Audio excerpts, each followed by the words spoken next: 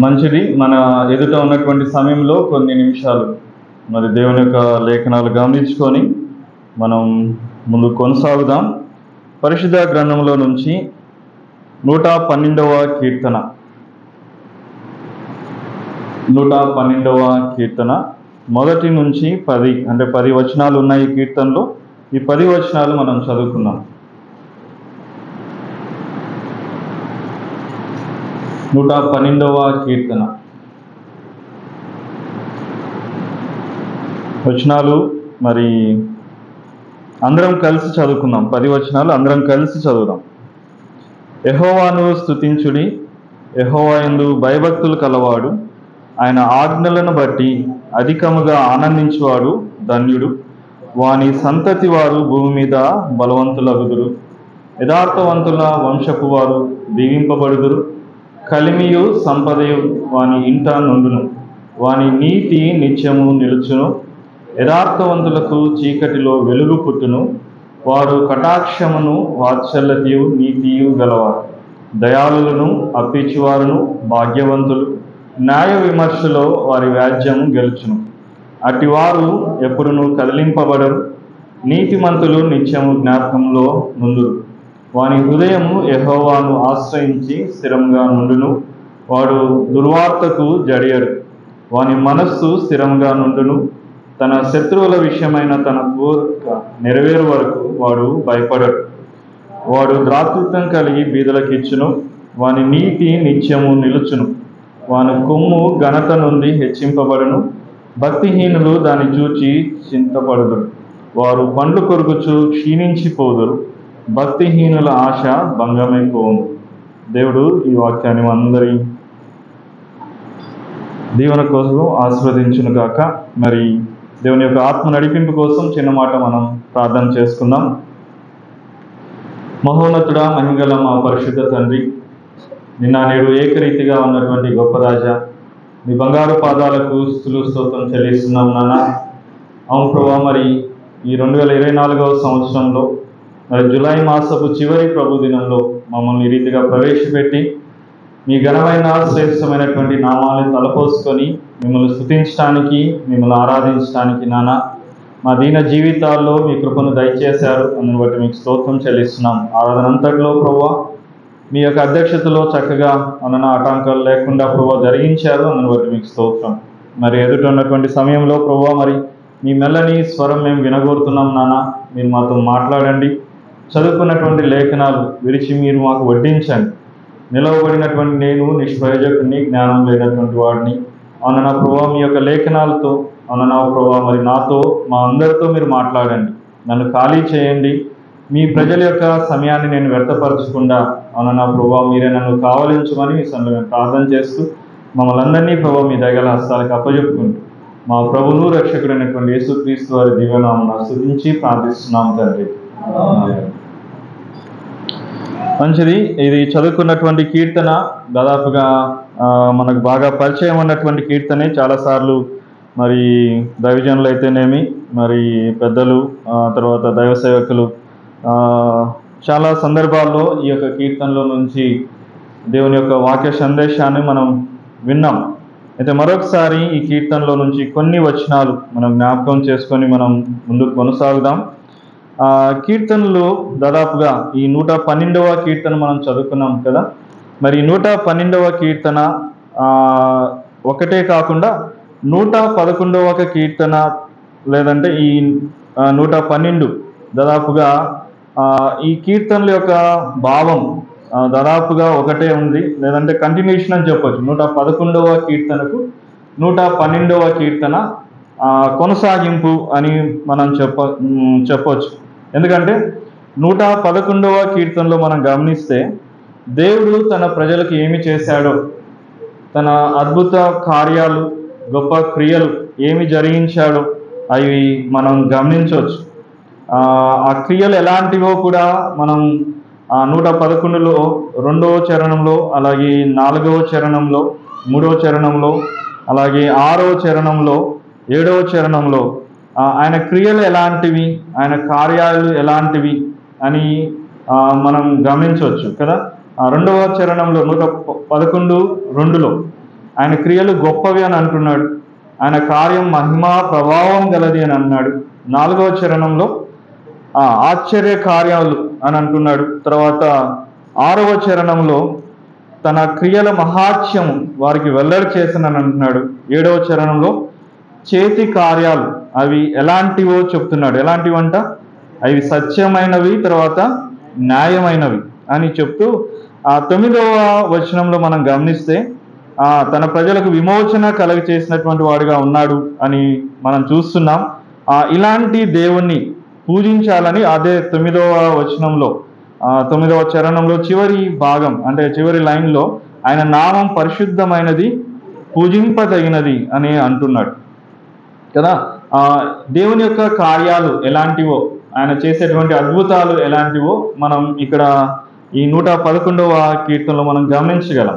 మరి దాని కొనసాగింపుగా ఇలాంటి కార్యాలు చేసినటువంటి దేవునికి తన ప్రజల పట్ల దేవుని యొక్క ఉద్దేశాలు ఎలాంటివో 111లో చూస్తూ, మరి అలాంటి ఉద్దేశాలు లేదంటే అలాంటి కార్యాలు చేసినటువంటి దేవునికి దేవుని ప్రజలు లేదంటే దేవుని యందు భయభక్తులు కలిగినటువంటి వారి రెస్పాన్స్ ఎలా ఉండాలి అనేది 112వ కీర్తనలో మనం గమనించవచ్చు కదా. 112 కన్నా 111 నుంచి 111వ కీర్తనలో 10వ చరణం నుంచి దీని కంటిన్యూషన్ తీసుకోవచ్చు. చూడండి, యెహోవా యందలి భయము జ్ఞానమునకు మూలము, ఆయన శాసనములను అనుసరించి వారందరూ మంచి వివేకం కలవారు, ఆయనకు నిత్యము స్తోత్రం కలుగుచున్నది అని చెప్తూ 112లో యెహోవాను స్తుతించుడి, యెహోవా యందు భయభక్తులు కలవాడు, ఆయన ఆజ్ఞలను బట్టి అధికంగా ఆనందించువాడు ధన్యుడు.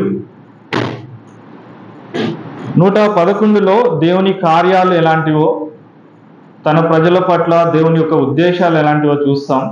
112లో దానికి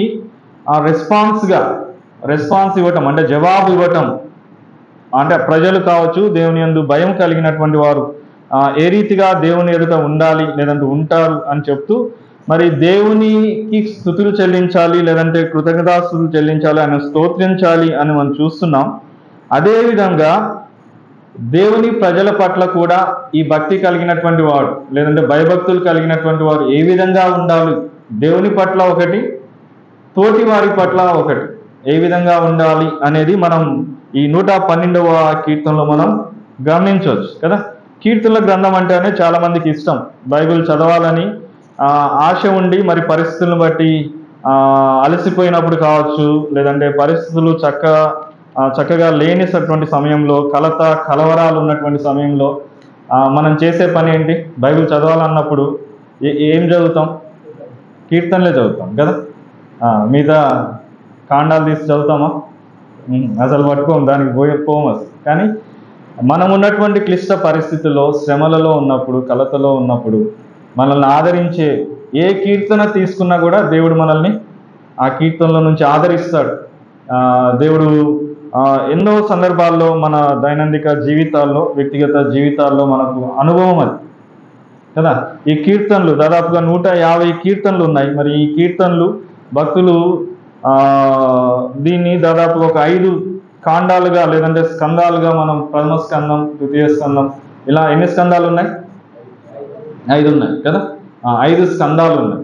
ఈ 5 స్కందాలు, ఈ 5 డివిజన్స్ని మరి పరిశుద్ధ గ్రంథంలో అయినటువంటి బైబిల్లో ఉన్నటువంటి మొదటి 5 పుస్తకాలతో పోలుస్తారు. ఆదికాండం, నిర్గమకాండం, లేవికాండం, సంఖ్యాకాండం, ద్వితీయోపదేశ కాండంతో ఈ 5 స్కందాలు పోల్చుస్తారు. దాదాపుగా మనం కంపేర్ చేసుకొని చదివితే, బైబిల్ స్టడీ అంటే అదే, మనం వ్యక్తిగతంగా చదివినప్పుడు దాన్ని కంపేర్ చేసుకోవాలి, ఇది ఎక్కడ ఎలాంటివి ఏమి అని అన్నప్పుడు. మరి మొదటి స్కందం చదివినప్పుడు ఎక్కడి నుంచి ఎక్కడి వరకు మొదటి స్కందం? మొదటి స్కందం ఎప్పటి నుంచి? మిమ్మల్ని అడిగేంతటోని కాదు, కానీ నేను అటెంటివ్గా ఉన్నారా లేదా అని ఒక చిన్న ప్రశ్న. మొదటి స్కందం ఎక్కడి నుంచి ఎక్కడి వరకు, ఏ కీర్తన నుంచి ఏ కీర్తన వరకు? 1 నుంచి 41 వరకు. రెండవ స్కందం 41 అయిపోయింది కదా, స్టార్టింగ్ చెప్పవచ్చు మనం. ఇది 41 అయిపోయింది. రెండో స్కందం, తృతీయ స్కందం 42 నుంచి 72, 1 నుంచి 41 ఒకటి, 42 నుంచి 72 ఒకటి. మూడవది తృతీయ స్కందం 72 అయిపోయింది. 73 స్టార్టింగ్, 73 నుంచి 89 వరకు, 90 నుంచి నాలుగవది స్టార్ట్ అవుతుంది. మోషే కీర్తనతో స్టార్ట్ అవుతుంది. 90 నుంచి 106 వరకు 4 చతుర్థ స్కందం. తర్వాత పంచమ స్కందం 107 నుంచి 150 కదా.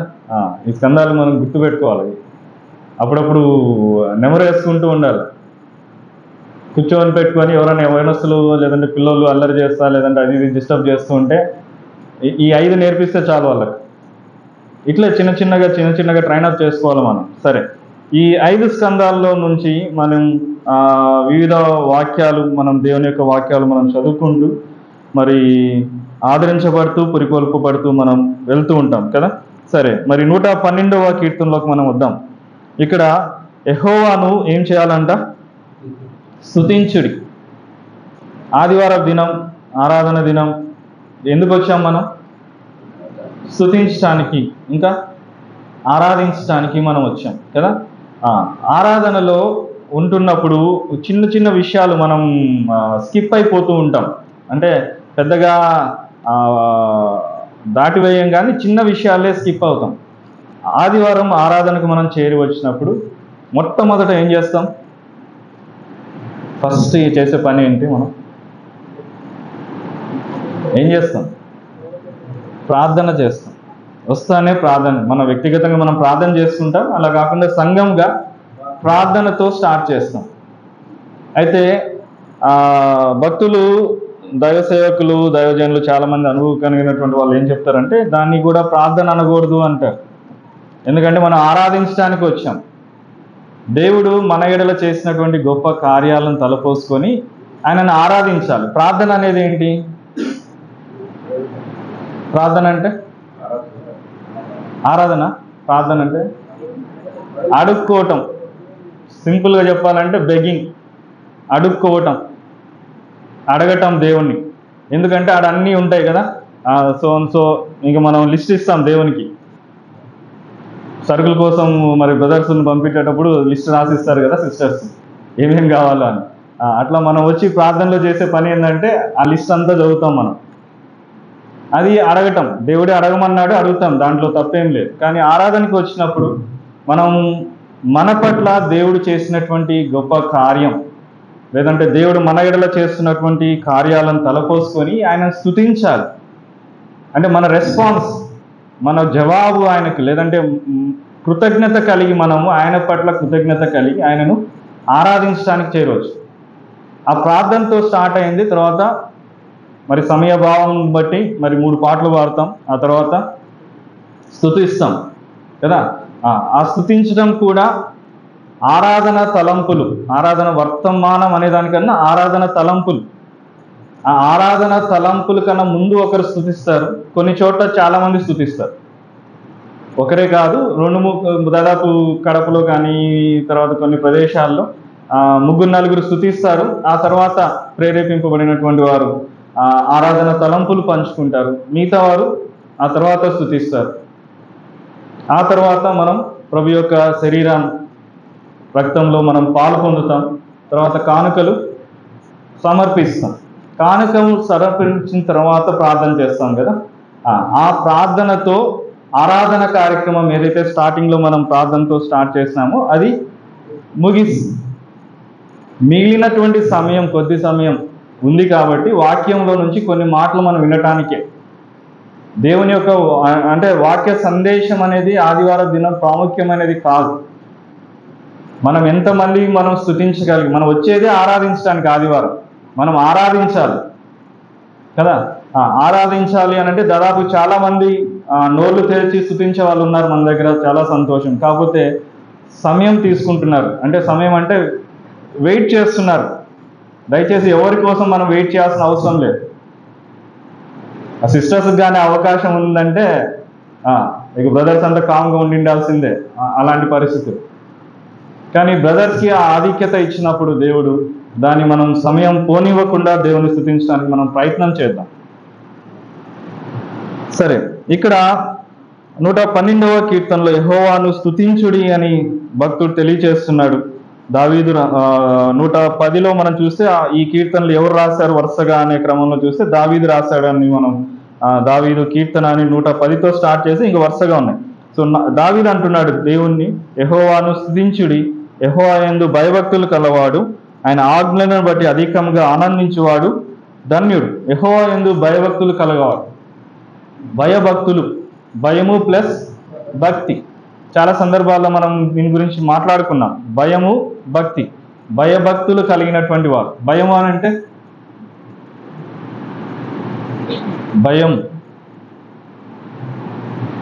భయము అంటే మనకన్నా శక్తి సామర్థ్యాలు బాగా ఎక్కువగా ఉన్నటువంటి వారు ముందు మనం మాట్లాడాలి అని అంటే భయపడతాం కదా. దేవుడు గొప్పవాడు, ఆయన ఉన్నతుడు, మహోన్నతుడు. ఆయన దగ్గరికి మనం వచ్చాం. ఆత్మస్వరూపిగా ఆయన మన మధ్యలో ఉన్నాడు. మరి ఆయనను ఎదుట మనం ఉన్నప్పుడు మనం ఎట్లా ఉండాలి? నువ్వేందులే నాకు అని చెప్పేసి కొంతమంది స్కూల్లో పిల్లలు ఎట్లా కూర్చుంటారంటే, మాకు కొంతమంది ముందు బెంచికి కాళ్ళు నాని చేసి కొంతమంది కూర్చుంటారు. ఇంకొంతమందికి మలేరియా రోగం వచ్చింటుంది అనమాట. ఊతా ఉంటారు, కదులుతూ ఉంటారు. మలేరియా వస్తే వణుగు వస్తుంది కదా, అట్లా వణిగిపోతూ ఉంటారు. నేనైతే అడుగుతా, ఎరా మలేరియానా అని అడుగుతాను నేనైతే. ఎందుకు? వాళ్ళలో భయం ఉండదు. అక్కడ టీచర్ ఉన్నారు, క్లాస్లో ఎట్లా ఉండాలి, డిసిప్లిన్గా క్రమంగా ఎట్లా ఉండాలనేది అంత అవగాహన ఉండదన్నమాట. కానీ దేవుని మనం లేదంటే ఆయన ఆరాధించడానికి, ఆయన సన్నిధిలో గడపడానికి మనం వచ్చినప్పుడు ధైర్యంగా చెప్పగలను నేనైతే, మన రాజంపేటలో ఉన్నటువంటి సంఘస్థులు ఎంతో భయంతో ఉంటారు ఇక్కడ. కాబట్టి ఆ భయాన్ని మనం చూపిస్తాం. ఎవరిని చూసి భయపడుతున్నాం? రాజరత్నమన్న ఉన్నప్పుడు రాజరత్నమన్నను చూసి భయపడినామా? యేసురత్నమన్న గురించి భయపడుతున్నామా? లేదు కదా. దేవుని సన్నిధిలో మనం ఉన్నాం, దేవుణ్ణి చూచి మనం భయపడాలి. ఆ భయము ప్లస్ భక్తి. భక్తి అంటే భక్తి, భయభక్తులు కలవాడు అన్నాడు కదా. అందుకు నేను ఆ 2 పదాల గురించి ఆలోచన చేస్తాను. భక్తి అంటే ఏంటి?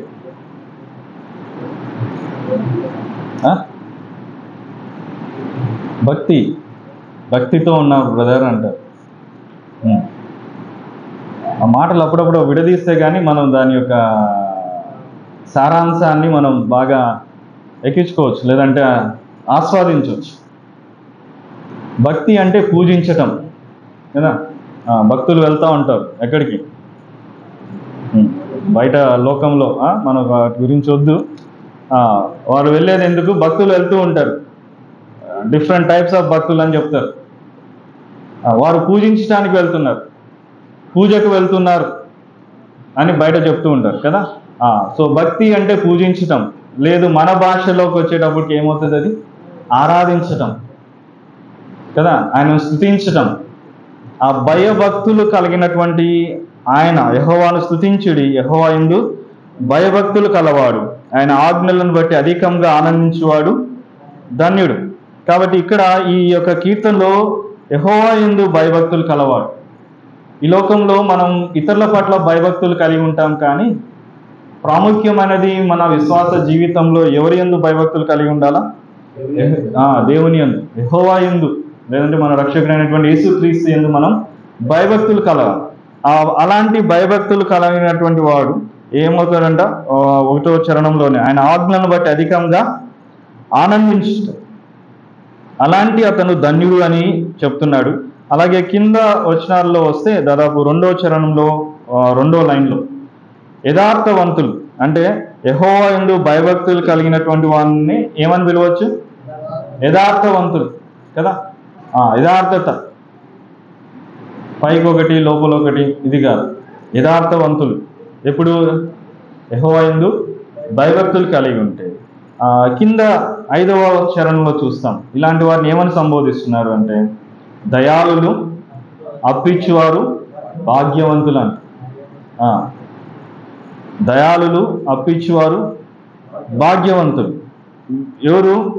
యెహోవా యందు భయభక్తులు కలిగినటువంటి వాడు. యెహోవా యందు భయభక్తులు కలిగినటువంటి వాడు యథార్థవంతుడుగా ఉన్నాడు, యథార్థవంతురాలుగా ఉంది, లేదంటే దయాళుడుగా ఉన్నాడు, దయాళురాలుగా ఉంది అనొచ్చు.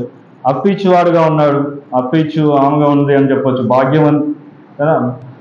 ఇలాంటి మాటలు యెహోవా యందు భయభక్తులు కలిగినటువంటి వానికి పర్యాయ పదాలుగా మనం గమనించవచ్చు. యథార్థవంతులు, దయాళులు, అప్పిచ్చువారు, భాగ్యవంతులు కదా. ఈ స్థితిలో ఉంటారు ఎవరు? యెహోవా యందు భయభక్తులు కలిగినటువంటి వారు ఈ స్థితిలో ఉంటారు అని చెప్తున్నాడు. అయితే ఇలాంటి వారు, యెహోవా యందు భయభక్తులు కలిగినటువంటి వారు, యథార్థవంతులు, దయాళులు, అప్పిచ్చువారు, భాగ్యవంతులు, ఇలాంటి వారు కింద 6వ చరణంలో చూస్తే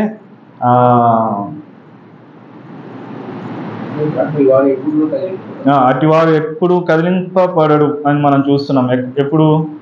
న్యాయ విమర్శలో వారి వ్యాజ్యము గెలుచును. అంటే ఇలాంటి వారు న్యాయ విమర్శంలోకి తీసుకురాబడతారు. అదొకటి మన గమనాల్లో ఉంచుకుందాం. వారు ఏం కారంట? కదిలింపబడరు అని మనం చూస్తున్నాం. తర్వాత 7వ చరణంలో చూస్తే ఎలా ఉంటారు వారు? స్థిరముగా నుండును కదా. 7వ చరణంలో చివరి భాగం చదువుతున్నాను. స్థిరముగా ఉంటారు. తర్వాత ఇంకొక మాట మనం చూస్తే వాడు దుర్వార్తకు జడియడు. జడియడు అంటే భయపడడు. అంటే న్యాయ విమర్శలు ఉంటాయి, అస్థిరత కలిగేటువంటి పరిస్థితులు ఉంటాయి, దుర్వార్తలు ఉంటాయి కదా. అదే 7వ చరణంలో మనం చదువుకున్నట్లుగా స్థిరంగా అనేది 8వ చరణంలో కూడా చూస్తే వాని మనస్సు కూడా స్థిరంగా ఉంటుంది అని అంటున్నాడు. తర్వాత 8వ చరణంలోనే 2వ భాగంలో చూస్తే శత్రువుల విషయమై భయపడడు కదా. ఇలాంటివన్నీ ఉంటాయి ఎవరికి? యెహోవా యందు భయభక్తులు. నేను యెహోవా యందు భయభక్తులు కలిగి ఉన్నాను, నాకేం దుర్వార్తలు వస్తాయి, నాకేమి న్యాయ విమర్శలు వస్తాయి, నాకేం శ్రమ వస్తుంది, నాకేడ శత్రువులు ఉండారు అని అనుకుంటే పొరపాటే. వాళ్ళకే ఎక్కువ అన్న మంచి మాట అన్నాడు. వాళ్ళకే ఎక్కువ. ఎవరికి? యెహోవా యందు భయభక్తులు కలిగినటువంటి వారు. యెహోవా యందు భయభక్తులు కలిగినటువంటి వారికి ఇలాంటి పరిస్థితులు ఉంటాయి. అంటే ఇలాంటి చీకటి అనుభవాలు ఉంటాయి కదా. ఈ చీకటి అనుభవాల్లో వాళ్ళు ఎలా ఉంటారు అని అంటే ఇదే కీర్తనలోనే మనం చూస్తున్నాం, చదువుకున్నటువంటి వారు కదిలించబడరంట. వారు జడియరు అంటే భయపడరు, వారి మనసు స్థిరంగా ఉంటుంది. తర్వాత వాళ్ళ శత్రువుల విషయమై వారు భయపడరు అని మనం చూస్తున్నాం. కాబట్టి ఈ రీతిగా మనం ఉందాం. అంటే చదువుకున్నప్పుడు కానీ ఇతరులకు చెప్పేటప్పుడు చాలా ఈజీగా ఉంటాయి, కానీ ప్రాక్టికల్గా ఆ పరిస్థితుల గుండా వెళ్ళాల్సి వచ్చినప్పుడు న్యాయ విమర్శలో మనల్ని నిలబెట్టినారు అనుకోండి. ఆ న్యాయ విమర్శలో మనం నిలబెట్టినప్పుడు అంటే కొన్నిసార్లు కొన్ని సందర్భాల్లో మనకు తెలిసి తెలియక పరిస్థితులను బట్టి మనం న్యాయ విమర్శలు నిలవబడాల్సి వస్తుంది. యెహోవా యందు భయభక్తులు కలిగినటువంటి వాడు ఎప్పుడే కానీ తెలిసి ఇది తప్పు అయినటువంటి కార్యం చెయ్యడు. కానీ అనుకోనటువంటి పరిస్థితుల్లో అనానుకూల పరిస్థితులు వస్తాయి, వాళ్ళు న్యాయ విమర్శలో ఉంటారు. అలాంటి వారు ఎలా ఉంటాడంట? కదిలింపబడకుండా ఉంటారు.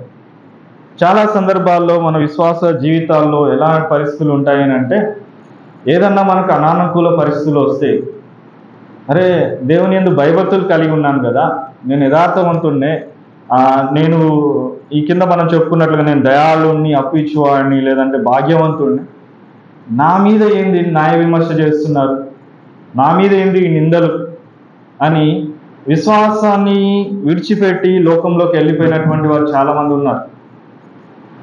కానీ అలా వెళ్ళకుండా నిలబడేటువంటి వాడే యెహోవా యందు భయభక్తులు కలిగినటువంటి వాడు. పరిస్థితులు సరిగైనటువంటి పరిస్థితులు మనకు ఉన్నప్పుడు సంతోషంగా దేవుణ్ణి స్తుతించటం, దేవుణ్ణి ఆరాధించటం అనేది ఒక ఎత్తు అయితే, పరిస్థితులు అనానుకూలతలో ఉన్నప్పుడు, క్లిష్టమైనటువంటి పరిస్థితుల్లో మనం వెళ్తున్నప్పుడు, అప్పుడు దేవుని సన్నిధికి వచ్చి దేవుని ఆరాధిస్తే, దేవుని మన హృదయం ఆయన ఎదుట కుమ్మరించి, ప్రభువా నీకు తెలుసు కదయ్యా నేనేంటో నీకు తెలుసు కదా, నేను కావాలని అలాంటి పని ఏమి చేయలేదు, లేదంటే అలాంటి స్థితిలో నేను అనుకోకుండా ఉన్నాను, అన్నీ ఎరిగినటువంటి వాడు నువ్వు, నేను యథార్థవంతుడిని అని దేవుని సన్నిధిలో ఒప్పుకున్నప్పుడు వారు కదిలింపబడరు అని మనం చూస్తున్నాం. వారు స్థిరంగా ఉంటారని.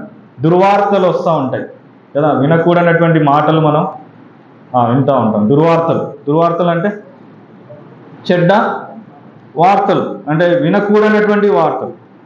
అది వ్యక్తిగతంగా మన మీద కావచ్చు, మన కుటుంబాల్లో జరిగేటువంటి పరిస్థితులు కావచ్చు, సంఘంలో ఉన్నటువంటి వారి గురించి కావచ్చు, సంఘం నడిపించేటువంటి పెద్దల విషయంలో కావచ్చు, దైవ సేవకుల విషయంలో కావచ్చు, కొన్ని వినకూడనటువంటి మాటలు మనం విన్నప్పుడు, ఆ దుర్వార్తలు విన్నప్పుడు ఈ యెహోవా యందు భయభక్తులు కలిగినటువంటి వారు ఏ రీతిగా ఉంటారంట?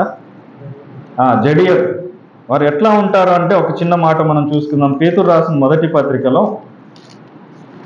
పేతురు రాసిన మొదటి పత్రిక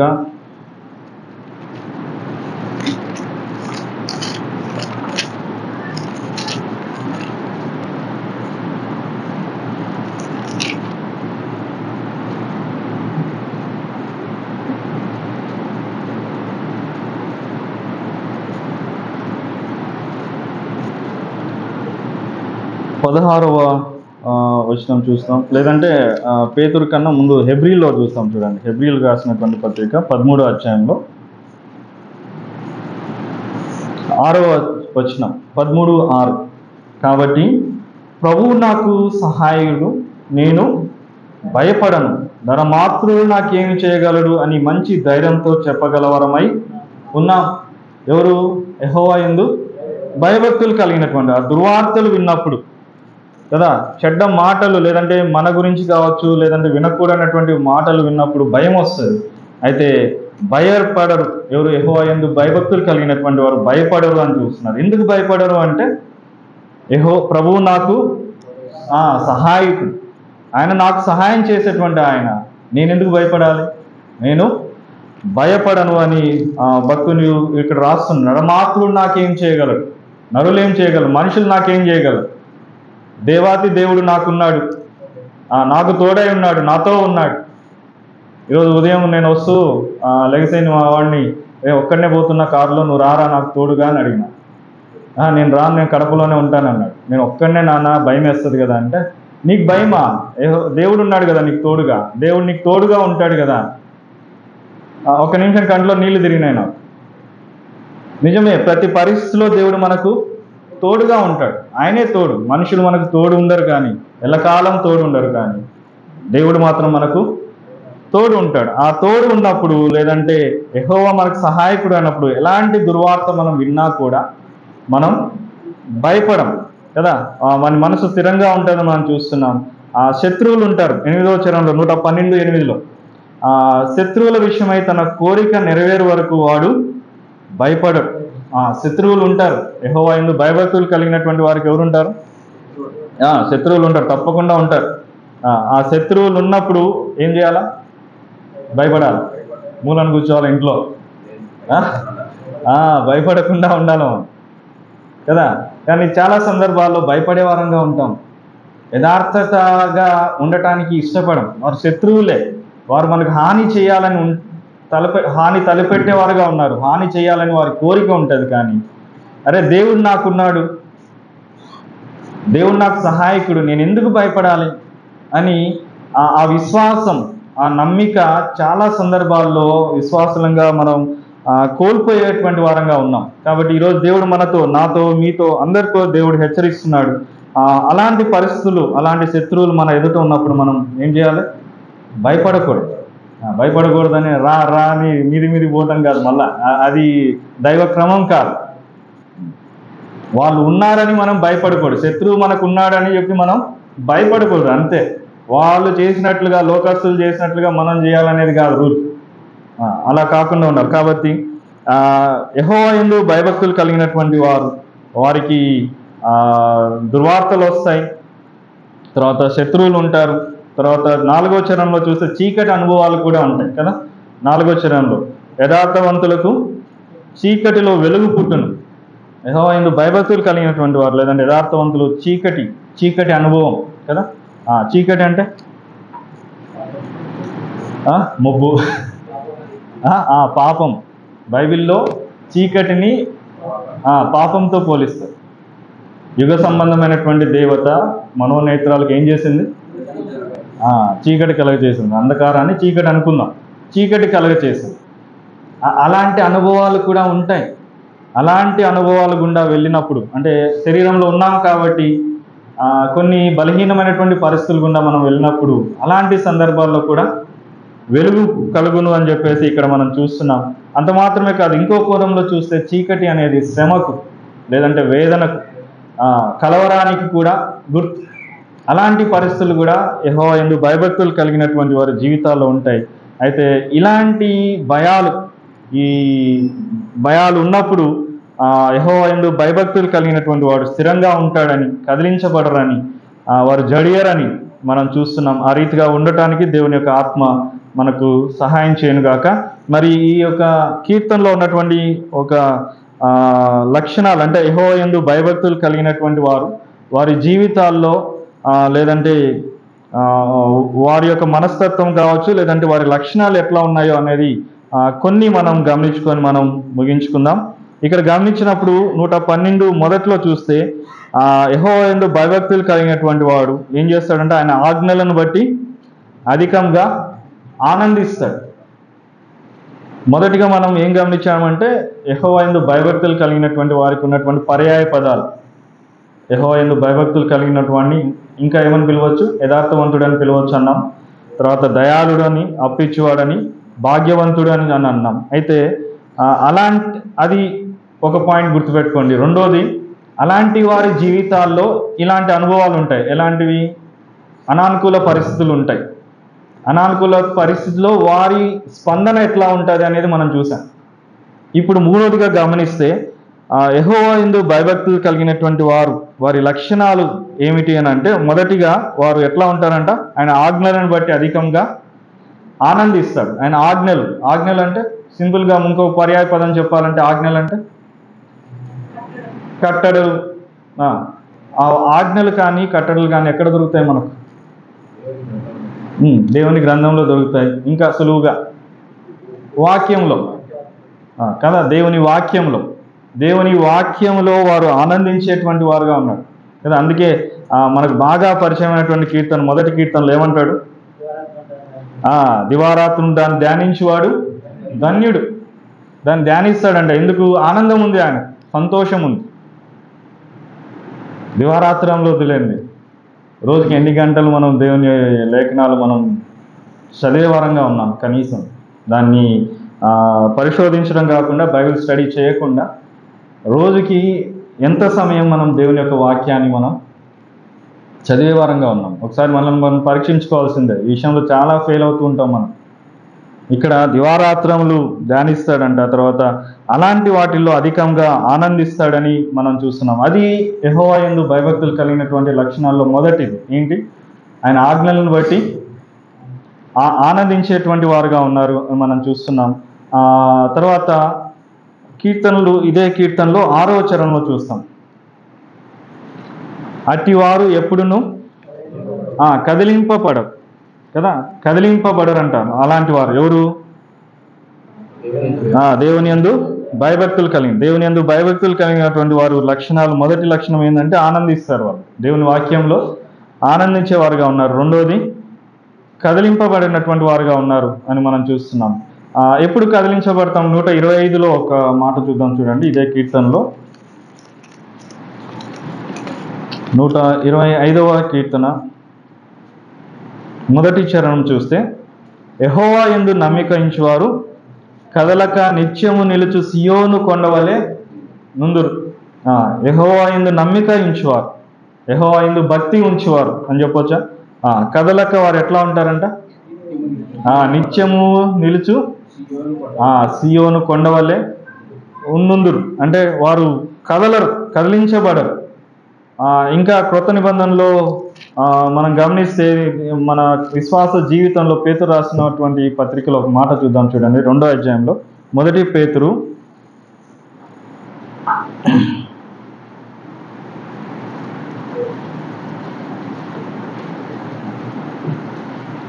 మొదటి పేతురు రాసినటువంటి పత్రిక 2వ అధ్యాయం 7, 8 వచనాలు చదువుకున్నారు. విశ్వసించుచున్న మీకు ఆయన అమూల్యమైన వాడు, విశ్వసింపని వారికైతే ఇల్లు కట్టువారు ఏ రాతిని నిషేధించురో అదే మూలకు తలరాయి ఆయను, మరియు అది అడ్డరాయి అడ్డబండి ఆయను అన్నట్టు కట్టువారు వాక్యమునకు అవిధేయులై త్రొట్టిల్లుచున్నారు. వాక్యముకు అవిధేయులైతే త్రొట్టిల్లుతారు, కదిలించబడతారు కదా. కానీ ఆ వాక్యమును నమ్మిక ఉంచేటటువంటి వారు ఎట్లా ఉంటారంట? వారు కదిలింపబడరు, వారు స్థిరంగా ఉంటారు అని మనం చూస్తున్నాం. ఎందుకు స్థిరంగా ఉంటారు అని అంటే ఇక్కడ యెషయా గ్రంథంలో ఒక మాట చూస్తాం చూడండి. యెషయా గ్రంథం 26వ అధ్యాయం 3వ వచనంలో, వారు కదిలింపబడకుండా కాపాడబడతారు అనేటువంటి అర్థము ఇక్కడ మనం యెషయా గ్రంథంలో చూస్తాం చూడండి. యెషయా 26:3, ఎవని మనస్సు నీ మీద ఆనుకొనునో వాని నువ్వు పూర్ణ శాంతి గలవానిగా కాపాడుదు, ఎలయనగా అతడు నీ యందు విశ్వాసం ఉంచి ఉన్నాడు. కాబట్టి వారు కదిలించబడరు. ఎందుకనంటే ఆయన దేవుడు, కాపాడేటువంటి దేవుడు ఉన్నాడు అనేది అదొక లక్షణం వారికి కదా. మరొక మాట చూద్దాం చూడండి. నెహెమ్యా గ్రంథంలో యెహోవా యందు భయభక్తులు కలిగినటువంటి వారి లక్షణాల గురించి ఆలోచన చేస్తున్నాం. నెహెమ్యా గ్రంథం 7వ అధ్యాయం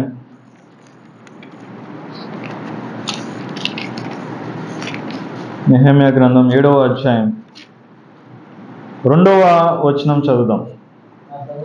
నా సహోదరైన హనానీకిని కోటకు అధిపతి అయిన